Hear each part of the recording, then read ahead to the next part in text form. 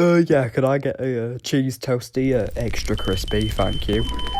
Train manager required him a buffet car. We seem to have a fire. Yes, my toasty's getting ready. Sorry to burst your bubble, little guy, but I think the transmission's kind of exploded. Oh, for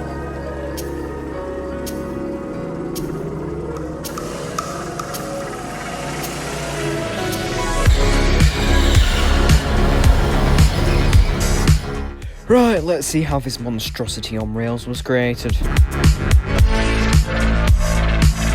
As does most unreliable shit in the UK, this came from first. So, in 1997, Tony Blair became Prime Minister, and First Great Western kind of had 30-year-old HST, and they fancied increasing the frequency of services between London, Paddington and Cardiff. So they bought some units from Lidl at 50% off.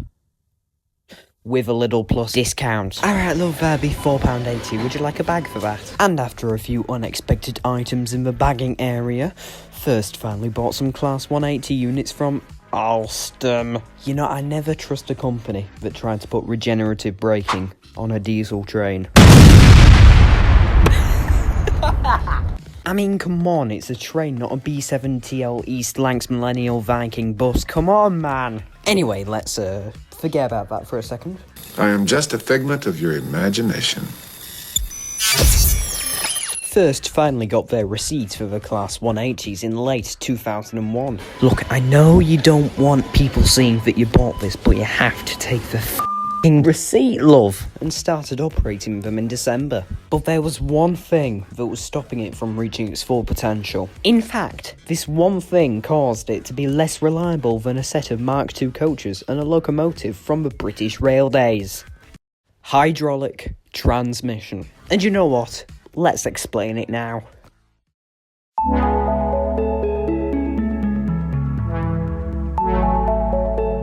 To those of you who are unfamiliar with the transmission types of diesel multiple units, there are two: diesel hydraulic and diesel electric. Diesel hydraulic uses engines which sends power directly to the bogies, whereas diesel electric sends power to motors which then drive the bogies. The latter is seen as much more efficient and much less likely to explode. Sometimes there are many advantages to using diesel hydraulic. 1. It sounds f***ing gorgeous. 2. But there still comes a few issues. One of the main issues being heat. Excess heat can be caused by running the engines at high speed for multiple hours on end, which makes you think why there's only one diesel hydraulic multiple unit which is capable of reaching 125 miles an hour in the world. And it's not like the technology wasn't there. Look at Bombardier. The Voyagers are basically the same as the Class 180s, apart from being so much better. One of these advantages includes diesel-electric transmission. In fact, the HSTs were rocking it in 1979. So, looking at the evidence, would have you thought that Alstom would have went, this no seem like a good idea? And as you've seen from the memes, you know what happened. And it's not like Alstom only had one issue with their Coradia family of trains. No, that's a whole nother story, which I'm not getting into today. F*** off. To say that these trains didn't last long in the south would be an understatement. Somehow they were only evicted out of the south in 2009. And since then they've been the prime example of a hot potato. This led to the most cancerous services that they ran on. Northern Rail. In fact, said units were leased out from East Coast, as they had taken on 5 of the units as well.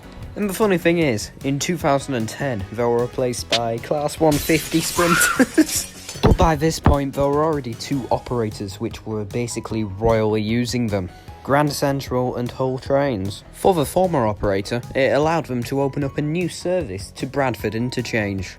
But I don't know if I should be happy about that, because all I hear is brakes wheels now.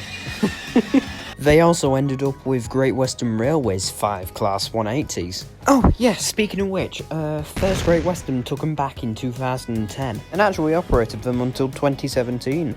The units operated by Hull Trains were then sent to East Midlands Railway after they were replaced by Class 802 Paragons. They lasted until 2023, which was when Grand Central took them up. And now the most reliable company has the most reliable train in the UK. To say that they've had a spotty career would be an understatement. So I hope you enjoyed this overview of the Class 180s. If you did, make sure to like and subscribe. Also, if you fancy to interact with me and have more regular updates, join my Discord server. Other than that, hope you have a great rest of your day. Thank you for watching. Goodbye.